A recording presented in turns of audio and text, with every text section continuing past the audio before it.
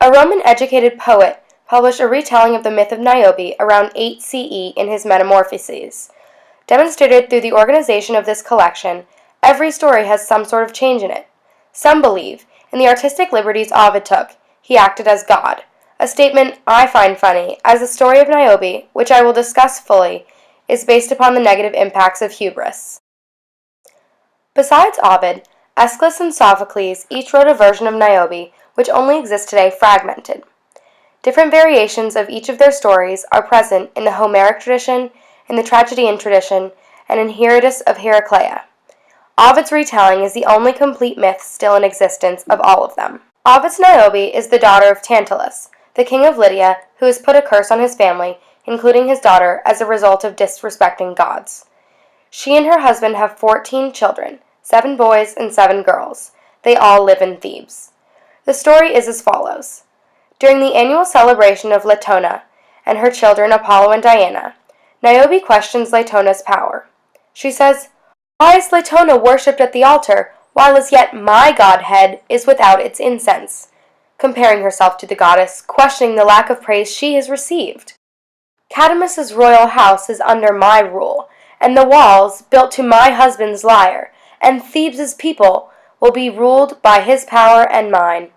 Whichever part of the palace I turn my eyes on, I look at immense wealth. Augment it with my beauty, worthy of a goddess, and add to this 7 daughters as many sons, and soon my sons and my daughters-in-law." She says, Niobe believes her riches will keep her safe, as she is greater than any whom fortune can harm, and no matter how much is taken from her, there will always be much more. In fact, she exclaims that even her children, if taken from her, would remain more plentifully and more gloriously than Latona's 2, Apollo and Diana. "How dare she?" exclaimed Latona.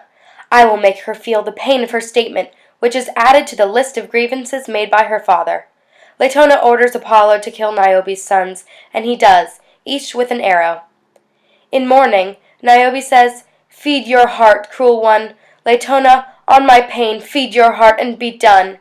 Be done, savage spirit. I am buried 7 times. Exult and triumph over your enemy. But where is the victory?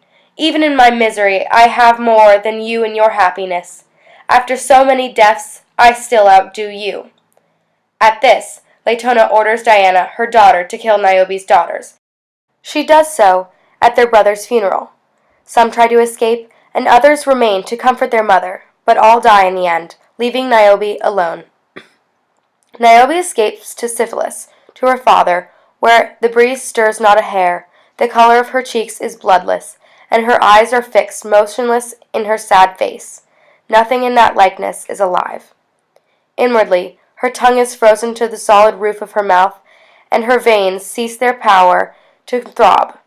Her neck cannot bend, nor her arms recall their movement, nor her feet lead her anywhere. Inside, her body is stone, yet she weeps, and, enclosed in a powerful whirlwind, she is snatched away to her country.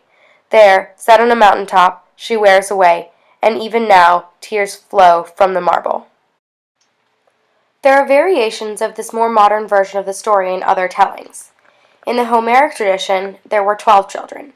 In the Tragedians, there were 20, and in Herodotus and Heraclea, there were 5 children.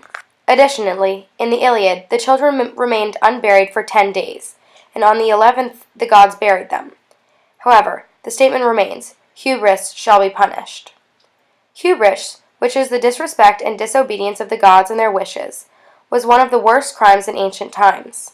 In this story, Niobe performs hubris when she refuses to praise Latona and when she compares herself and believes herself superior to Latona and her children. Hubris is seen very often in modern culture. Bill Clinton, for example, believed that as a president he could escape the punishment given to all perjurers under the American law when he said he did not participate in a relationship with Monica Lewinsky. Additionally, Tiger Woods believed that his celebrity status exempted him from the punishments of infidelity when he carried on relationships with women besides his wife. The final example I will give to you of hubris is in the war in Vietnam. Upon entering the war, America believed it was the biggest superpower in the world. However, once they were fighting, they realized there was no possible way to win, despite our seemingly endless supply of money and resources. It begs the question, why did we fail? Do the gods control our fates like they did Niobe's? Does everything bad have a consequence, whether or not it is immediately known?